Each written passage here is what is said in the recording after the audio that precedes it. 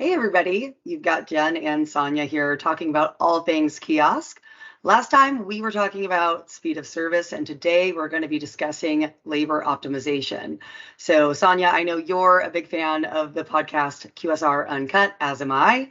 And recently they had the CTO of BurgerFi on talking about the pilot that they're doing with kiosk optimization. So, why don't you tell us a little bit about some of your key takeaways? Absolutely. So, yes, it was a great episode. And really, why I enjoyed listening to the episode is they really hit on this misconception that when restaurants, start to introduce kiosk into the space, that it will take away from labor and people will start losing jobs. And it's the exact opposite.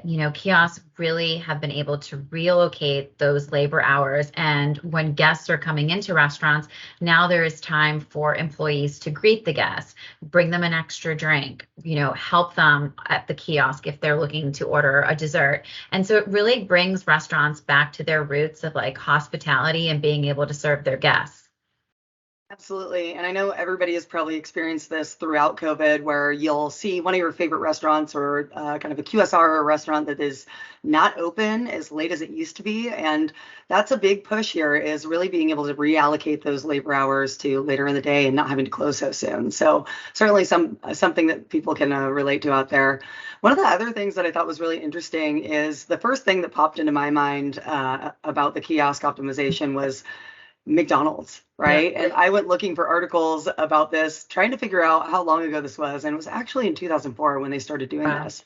Same exact kind of thoughts and feedback from the public about, they're going to eliminate the jobs. And that's really not what they did at all. Mm-hmm. So certainly very interesting. Yep. The other thing that I thought was kind of interesting about this is that they were talking about their average check size increasing. What are your thoughts on that? Yeah. So again, another thing that can happen at the kiosk, it's really being super flexible to the guests when they come in. If someone, wants a more healthier option, instead of offering them fries, they might suggest, something like a salad, being able to do those upsells that maybe a person at the register wouldn't do because they're trying to ring the next person in and keep the line moving. It really gives the guests that option to see what's on the menu and choose what they want. And so we're seeing an upsell in tickets, which is wonderful. Great. Yeah, I think they said something like 18% or more Mm-hmm. average check increase. So Yep. really, really great.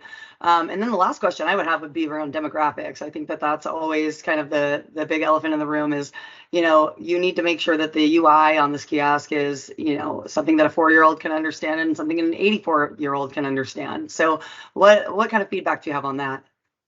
Absolutely. So they did mention that between the two demographics of younger and older, there was obviously, a bigger response to the younger demographic engaging more with the kiosk, where the older generation maybe felt a little bit more shy to go up to the kiosk. So during dinner last night, I happened to mention to my parents, how would you feel about going to a kiosk?